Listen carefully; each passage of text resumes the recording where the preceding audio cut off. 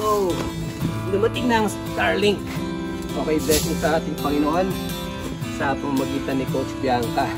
Nag-asikaso ng sponsorship para dito. So, dumating na ito last week pa, pero wala ako dito nung dumating. So, ngayon pa lang i-unbox. Okay? So,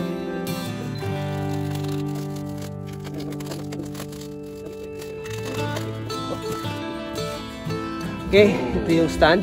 Now, nakita ko na ito dati. Nakakabit natin ito sa taas. Yung drill. Ito yung kanyang pinaka dish. Correct. Tapos may manual daw. Yung router.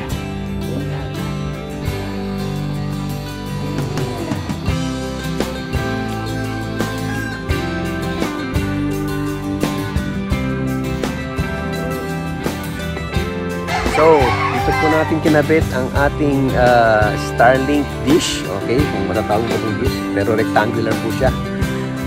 Finally, meron na pong kasagutan ng matagal nating problema sa consistent and reliable na internet para po sa ating library. Lalo po ngayon na magpapasokan na po ang mga high school sa college students natin. So, maraming salamat sa Panginoon. And special mention po kay Coach Bianca Lim kasi siya po yung nag-facilitate para magkaroon po tayo ng sponsor para po dito sa Starlink. Alam niyo naman po siguro na hindi expensive po itong hardware na to coming from the US, and expensive din yung monthly subscription, but then God is good, He will always provide for us. So maraming salamat.